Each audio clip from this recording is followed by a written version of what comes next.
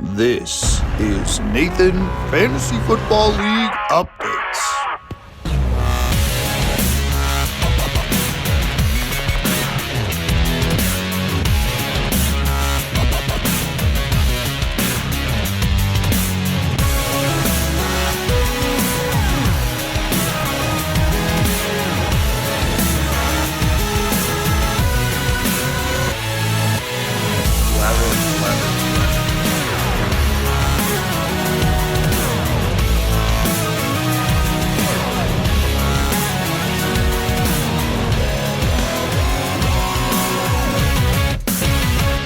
Nathan Fantasy Football League Updates. What a week 2 it was. We had some fantastic matchups. Some players returned to form with some massive 30-plus point performances. And then some players still a little questionable on their play, which has a lot of managers scrambling and a lot of injuries. We're going to have to see how those shake up our season. Welcome back. Let's jump right into it with our week 2 recap, and we'll start with the Tucson Gila Monsters taking on the Michigan Avengers. Always a great matchup, and at the 1 o'clock slate, it started that way. Both teams scoring plenty of points, but unfortunately, the Michigan Avengers take down the reigning champs, the Tucson Gila Monsters, 153 to 129. A rough one, and now my Tucson Gila Monsters, for the first time ever in league history, start the season 0-2. Really looking for a bounce back here in week 3. Trying not to hit the panic button, but I feel like I'm hitting the panic button, so we'll see. First, for the Avengers, Bo Nix had a bounce-back performance with 20, and great performances from your running backs, 19 and 18. But I think the thing that really helped the Michigan Avengers propel themselves to a victory was 37 points from Malik Neighbors. That outweighs, on the other side of things, for the Tucson Gila Monsters, the 36-point performance I got from Jamar Chase. Was feeling great, and then Malik Neighbors showed up and ruined that whole ordeal. So this one a lot more interesting if Malik Neighbors doesn't outweigh Jamar Chase. Big misses off the bench for the Michigan Avengers. Really, it was Rashid Shaheed at 15 because that flex position, Jerry Jeudy, only 9 points. On the other side, for the Tucson Gila Monsters, a bad performance from Jalen Hurts really stung with only 11. Chiefs held on to the football, great time of possession, didn't give the Eagles much time to march down the field. Luckily, Jalen Hurts got into the end zone with the tush push, but that's about all she wrote for him. Josh Jacobs has still been disappointing, and as well as Aaron Jones, who I called the wrong running back again. But Jamar Chase was the big headline, 36 fantasy points, and Tedero McMillan, the rookie, was 16, while Trevor Lawrence added 19. Big misses off the bench, 18 from Kenneth Walker, 21 from Bryce Young, and 15 from Nick Chubb. A lot of big misses there, make this game a lot more interesting, but I have begun the year 0-2. That's different. It's only up from here for the Tucson Gila Monsters. Matchup number 2, the Zestmeisters and the Empire Strikes Back, 2 0-1 teams. And what a matchup this was. The Zestmeisters get a 4-point victory, 146 to 142. A thriller led by Patrick Mahomes' 22-point performance. 39, highest score of the week for Amon-Ra St. Brown. Massive game from him as he got in the end zone 3 times against his former OC, Ben Johnson. And then how about Matt Prater chipping in a nice 14 to go with 16 from Alvin Kamara. Big miss off the bench, 31 from Rome Odunze. We'll see if we see him next week. And J.K. Dobbins with 15, while Daniel Jones added 22, which would have outweighed Michael Penix's 5. On the other side, for the Empire Strikes Back, well, Jane Daniels played well with 19. CMC continues to surprise with 22. 27 from Puka Nacua, and 16 from Travis Etienne. Unfortunately, Jacoby Meyer just 12 fantasy points, 4 shy of making this one interesting. Big miss off the bench, Jalen Waddle with 17 and Jake Ferguson with 16. Definitely would have outweighed Travis Kelce's 10 and won you this one. So we move on to matchup number 3. Lyndon the Crow took on the Guantanamo Bay Flying Squirrels, and an 8-point victory for Lyndon the Crow. They are 2-0, and that sends the Flying Squirrels to 0-2. There's only 3 of those squads in the league. We've now covered all of them: the Flying Squirrels, the Empire, and the Gila Monsters. Well, what went wrong for the Flying Squirrels? Well, Joe Burrow went down with turf toe. He's going to miss 3 months. That's brutal. Only 7 points for him. But on the positive side, James Cook got 26, 17 from Saquon Barkley, and 15 from the Ravens defense. Unfortunately, only 7 from A.J. Brown, 9 from Garrett Wilson, and 1 from Mark Andrews. Big miss off the bench, Tua with 18, 17 for Debo, 17 for Keenan Allen, and even 14 for Rachaad White. So a couple of big misses there on the bench. On the other side of things for Lyndon the Crow, struggled at the quarterback position. 3 from Justin Fields, and he's dealing in concussion protocol. Ashton Genty disappoints again with only 7, but you get a good performance from Chuba Hubbard with 18, 22 from Devontae Adams, and 25 from Javonte Williams to go with 12 apiece from the Patriots. And your kicker, Chris Boswell. Big misses off the bench, DeAndre Swift with 13 and 15 from Jawan Johnson, your tight end, who would have outplayed Kyle Pitts with 7. But you find a way to win again. Lyndon the Crow is 2-0, and the Guantanamo Bay Flying Squirrels are 0-2. Matchup number 4, the Bangkok Ball and Boas and the Rocky River Rough Riders clashed in our game of the week. This one played out very exciting, but unfortunately a dominant win for the Ball and Boas, 131-106. Lamar Jackson showed up with 26, and so did Dak Prescott with 22, 20 from CeeDee Lamb, and then a good performance from Emeka Egbuka and Trey McBride helped you get this one over the top. Big misses, though, Sam Darnold with 15 and 16 from Cooper Kupp. Actually, Sam Darnold just isn't even a miss because you started Dak, who had 22, and then, of course, Lamar Jackson, who scored 26. So really the only big miss, Cooper Kupp on your bench, was 16. On the other side of things for the Rocky River Rough Riders, well, not much went right. Baker Mayfield got you 19. So did Bijan, and 16 from Tyreek Hill. Is he back? Other than that, not really much good. Cortland Sutton only with 1. Derrick Henry with only 2 fantasy points. Your tight end Henry only 1 as well. Big misses off the bench, though. Jared Goff, 33 points. 13 David Montgomery, and 19 for Juwan Jennings. So a couple of big misses there for the Rocky River Rough Riders as they fall to 1-1, and the Ball and Boas improve to 2-0. Now we move on to our final matchup. This honestly should have been the game of the week. It came down to practically the final play as the Cancun Chameleons take down the Brooklyn Bunnies by 1 point, 160-159. It came down to a battle between Amari and Hampton and Ladd McConkey against Justin Herbert, and they were just able to fend him away as the Brooklyn Bunnies fall to 1-1, and the Cancun Chameleons improve to 1-1. For the Bunnies, it was a great performance from Justin Herbert, but a final kneel down definitely hurt him to end that one out.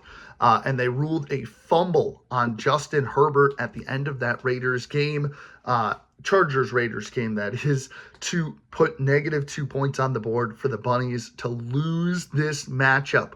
The Chameleons barely get away with the victory there after falling last week to the Rocky River Rough Riders in come-from-behind fashion. But Herbert had a good game for the Bunnies. Jordan Love and Jonathan Taylor all played excellent. And Jackson Smith-Njigba, also a great game from him. Big misses off the bench. Jaylen Warren was 17.4, 21 from Ramondre Stevenson, and 15 from the breakout candidate Quentin Johnston. On the other side, the Cancun Chameleons had a down performance from Josh Allen, only 11 fantasy points. But Drake May picked up the slack, 26 from him and Devon Achane. And then Amari and Hampton did just enough with 3 fantasy points, 5 from Drake London, and 9 from Lad McConkey. But luckily, Tucker Kraft got you 24. The Seahawks got you 16. And Brandon Aubrey carried you to a victory with 23 fantasy points.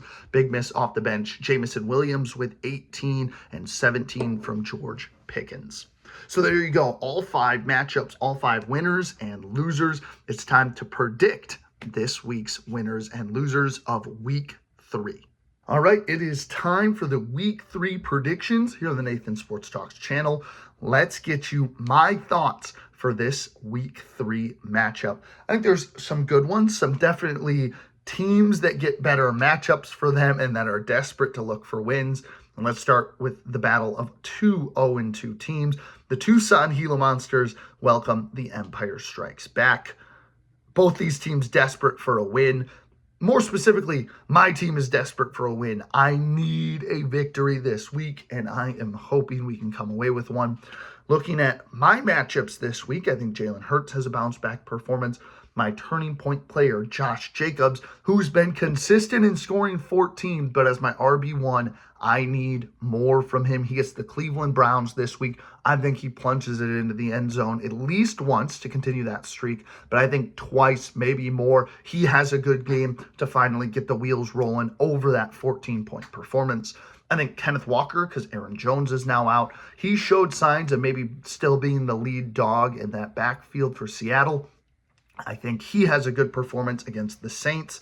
And then Jamar Chase. I mean, come on. Browning has proven he's throwing this guy the football, unlike Joe Burrow was in week 1. He's going to do it again. 20-plus point performance for Jamar Chase. And then Jonnu Smith, the newest face in, because I cannot start Evan Ingram. Thanks, Guantanamo Bay, for taking Zach Ertz. That was my waiver pickup. But we'll settle for Jonnu Smith. He has a fine game this week, and so does the rookie Ted McMillan. On the other side, the Empire, Jaden Daniels, a lot of question marks if he's going to play with that ankle this week. I think if he does, it's a monster performance against the Raiders, 20-plus point performance. That's always how the logic works out, is that some guy is hurt and still, when he plays amazing. So it's like he didn't even have the injury. CMC, another guy, speaking of injuries, has not shown it. 20-plus point performance this week for him. And then your turning point player, Breece Hall, gets the New York Jets this week. I have a pretty good and solid feeling that he will have a fine week as well. I think Puka Nacua also has a challenging matchup this week, so we will see how Puka does in that tough matchup against the Philadelphia Eagles. I think their defense kind of keys in on him to limit the pass attack to at least that side of the football. Then Terrence Ferguson slides in at your tight end position. Love that. He'll play solid. And Travis Etienne, I also think, has a solid game. However, in an 8-point spread for the first win of the year, give me the Tucson Gila Monsters, please. This needs to be a victory for the Gila Monsters this week. We need to get back on track. I think we do, and we take down the Empire in week 3 to start to right the ship in the right direction. Now to matchup number 2, the Rocky River Rough Riders, now not officially in a game of the week, take on the 2-0 Linden the Crow. This should be a fun matchup nonetheless. I think this one's going to go back and forth as well. We'll start first with the Rough Riders, who, with some injuries to J.J. McCarthy, have to start their turning point player, Jared Goff, after he had a monster week with 33 fantasy points. However, he's going to struggle this week against the Ravens. That's my prediction. A rough week for him against the Baltimore Ravens on Monday night. But I do think Baker Mayfield kind of keeps you on course with a big week of himself against the Jets.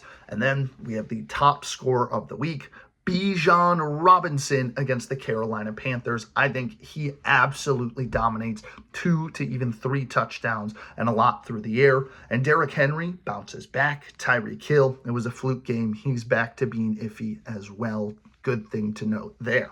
On the other side for Linden the Crow, I think this is a tough week matchup-wise. Kyler Murray heads to San Francisco. Justin Fields takes on Tampa Bay. Now, I think he'll play. He'll make it through concussion protocol, but I think he struggles a little bit. Not 20-plus, but kind of like that 14-15 range for Justin Fields. Ashton Genty, your first overall pick in the second round, is benched this week after a rough start for the rookie. Javonte Williams and Chuba Hubbard will try to pick up the slack, and DeAndre Swift, your turning point player, who will also try to pick up the slack. I think all of them play serviceable. Chuba Hubbard, the best performance out of the three.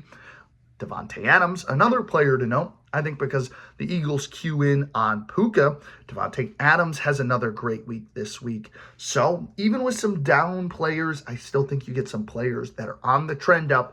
And is it the right decision to bench the rookie Ashton Genty in week 3? That's a big question mark. So what do I think of this? I've got a 5-point spread, and I'm taking the Rocky River Rough Riders. That's right. I don't know if Genty being benched is the best decision. I'd give him another week. I think Swift really pulls you down. And along with these tough matchups, Lyndon the Crow will drop their first game to the Rocky River Rough Riders.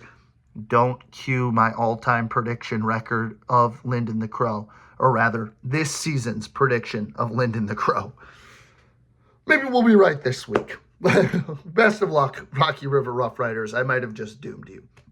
Matchup number 3, the Cancun Chameleons take on the Zestmeisters in what I think will be a overall fun matchup. This one, a lot of excitement involved as both teams are 1-1. The Chameleons have been in 2 very close games. Is this close matchup number 3? Let's find out. For the Chameleons, I think Josh Allen has a great performance, bounce back. Hopefully his nose is all right. And Drake May continues his trend forward. Devon Achane continues to be one of the most slept on and underrated running backs in the league. Another 20-plus point performance for him. But your turning point player this week, Amarian Hampton, again, the rookie, he's got to prove it in an offense that you thought would want to run the football, but they're throwing it. And to Quentin Johnston and Keenan Allen, of all people, are the biggest beneficiaries of that. So we've got to see them run the rock a little bit more. We'll see if Denver opposes that, and we'll see if that's kind of the approach against the Broncos. And then Drake London and Ladd McConkey, I think they both play serviceable, but I think I need to see a little bit more juice from both of them after the years they ended on in 2024. Brandon Aubrey, of course, over 10 points, might carry you this week as well. Zestmeisters on the other side, a massive move out of the Zestmeisters camp on the waiver wires. Daniel Jones is starting this week, but to get some pieces, you dropped Michael Penix from your team. He's now sitting on waivers. Absolutely insane move. We'll see if it pays off for the Zestmeisters, but I do think Danny Dimes against the Tennessee Titans has a good game. Same with Patrick Mahomes. He finally gets the Chiefs into the win column against the G-Men this week. Kamara has a great game. Tony Pollard is your turning point player. I think he plays serviceable this week. I don't know how he runs, though, against a tough Colts D-line. And then we look at your receivers who, Amon-Ra St. Brown, got back on track. I think he plays serviceable this week against a tough Ravens defense. Nico Collins, on the other hand, we have not seen a lot of life from that guy. I think we finally see him getting into the double figures and be a little bit more consistent for you like everybody thought he would be. And then Rome Odunze finally in the lineup. Monster game for him against a Dallas secondary that I think he can really dominate against. Now we look at a 3-point spread for this matchup. Another close matchup for the Cancun Chameleons. And I'm going upset fashion. The Zestmeisters get a shocking win over the Cancun Chameleons, and they improve to 2-1, and the Chameleons will continue to complain about how their offense is elite, and they continue to lose games.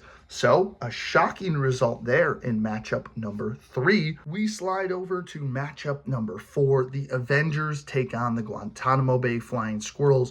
This one's going to be a fun one because I think both teams have some tough player matchups that might hinder a massive scoring performance on both sides. We'll start with the Michigan Avengers, who I think Bo Nix and Caleb Williams both play fine, but against the Cowboys and the Chargers, respectfully, neither of them crack 20-plus fantasy points. Comparatively, though, your running backs, I like Gibbs against the Ravens, and I like Bucky Irving against the Jets. I think they both are hovering around that 20-plus point performance, so great stuff from your running backs. But this is where I think the drop-off is for the Avengers. Malik Neighbors takes on the Kansas City Chiefs. I believe the Chiefs go to the G-Men. I think they key in on Malik Neighbors and say, hey, Russell Wilson, Giants offense, throw it to somebody else. Malik Neighbors has a bad week here in week 3 after a monster week in week 2. And then Zay Flowers, consistent. Brock Bowers gets back on track.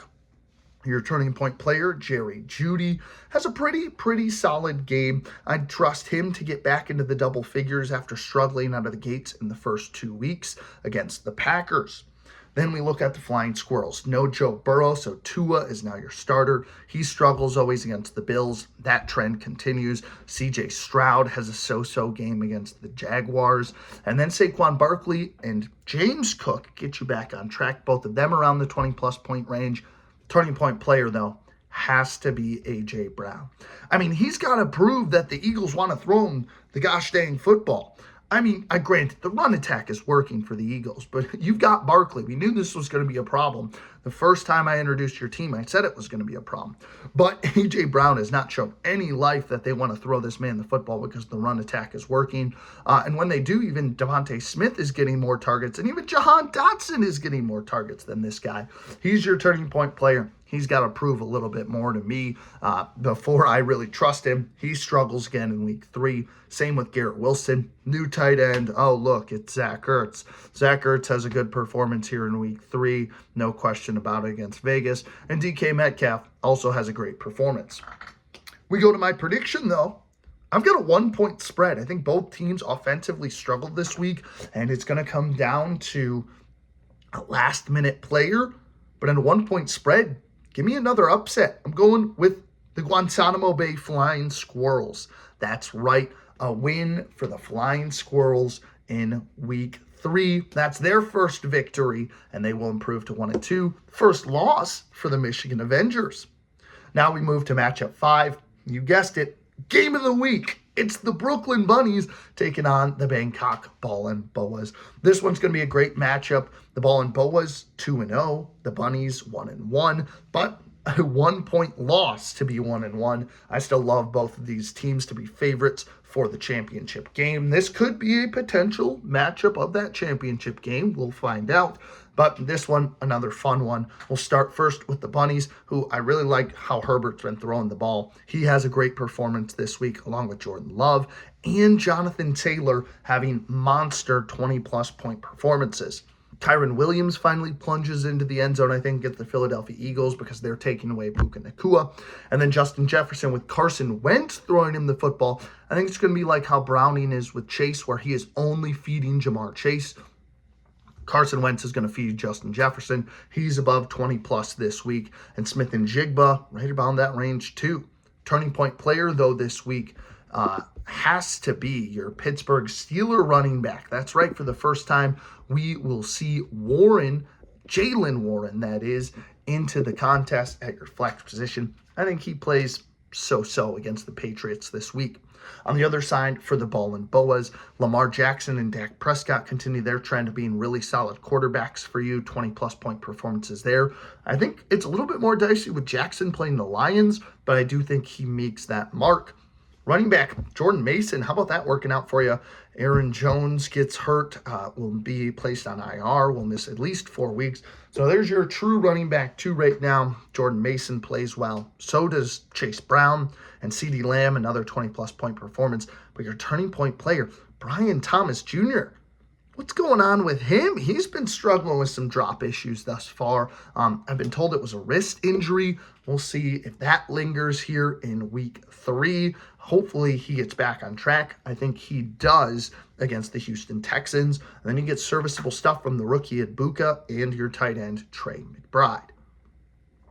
Game of the week, though, I am going a 4-point spread and going in favor of the Brooklyn Bunnies. Just a lot more firepower and big performances for the Bunnies. Get them over the hump and improve to 2-1 as the Ballin' Boas take the first loss of the year and fall to 2-1. So some exciting things to monitor in its entirety this week. We've got some excellent matchups, and after another disappointing week for me where Well, I missed a couple games. We got the Ball and Boas last week. We got the Avengers last week. Well, it was 2-3. So overall, we are 5-5 in our predictions. Let's get back into the win column next week.